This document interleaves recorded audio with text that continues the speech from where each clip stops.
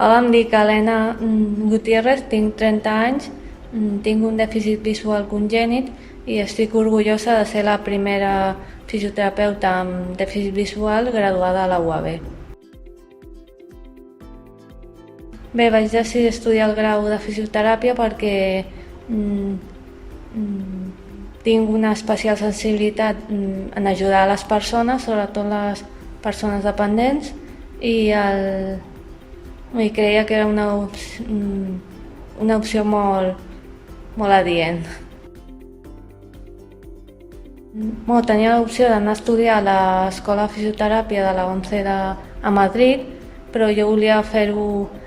aquí i en concret a l'Autònoma perquè la meva germana també va estudiar a la UAB i m'agradava sobretot que fos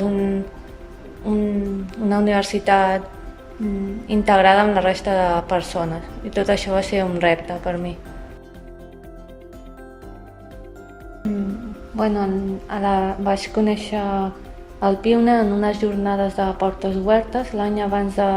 d'iniciar el grau de fisioteràpia, on vaig venir amb la mestra itinerant de la ONCE, que em va explicar els serveis que oferia el PIUNE i a més em va presentar a la Judit, amb qui des d'aquell dia fins al darrer dia després de graduar-me he tingut el suport. Sempre he tingut l'ajuda del PIUNE conjuntament amb la de la ONCE i a més la coordinació del grau també va fer un esforç sobretot a explicar a la resta de docents les adaptacions que necessitava, tant a nivell d'ampliar exàmens com també d'ampliar el temps per realitzar els exàmens, també els textos que donaven passar-me'ls també més grans.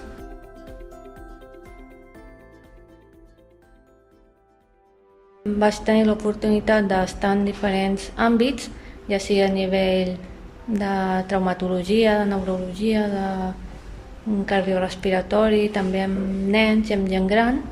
i vaig tenir l'oportunitat de diferenciar saber què era el que més m'agradava i també observar les dificultats que tenien en els diferents àmbits. Una de les dificultats que vaig trobar va ser que en l'àmbit hospitalari em costava més moure'm per l'hospital, orientar-me i també seguir el ritme tan accelerat de la resta de l'equip. Sobretot el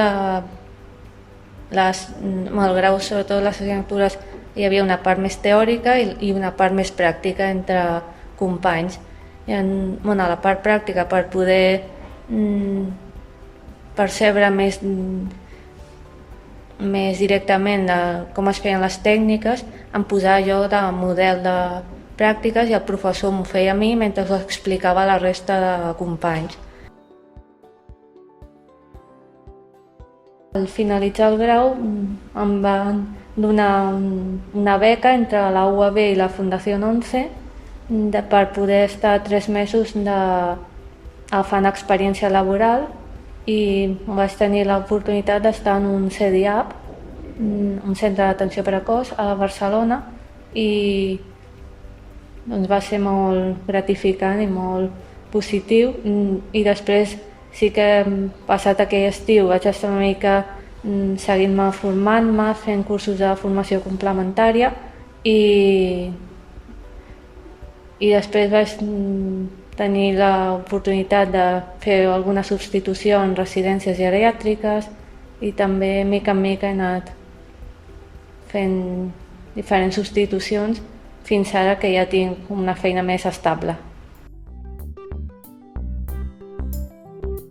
Actualment estic en una residència geriàtrica, estic al càrrec del servei de fisioteràpia. Bé, aquesta residència la van obrir nova a l'octubre i faig tant tasques de gestió com d'assistència. Doncs el que em sento sobretot molt orgullosa de poder ajudar a les persones i també em sento molt contenta dels agraïments que em donen. Bé, m'agradaria continuar de fisioteràpia. A la feina on estic molt contenta i també m'agradaria seguir-me formant-me, ja sigui fent un màster en psicomotricitat, que tant serviria per nens com per gent gran, i també, per què no, començar una segona carrera. Vaig estar mirant la carrera de teràpia ocupacional, que va molt lligada amb la fisioteràpia, ja que adapta els entorns de les persones principalment amb algun tipus de dependència i algun cop m'ho he pensat però tampoc ho he mirat gaire, el tema d'introduir-me en el camp de la recerca i fent algun doctorat.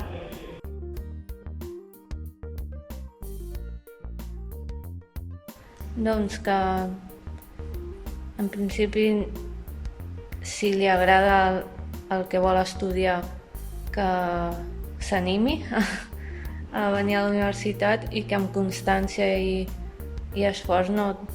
hi ha res impossible.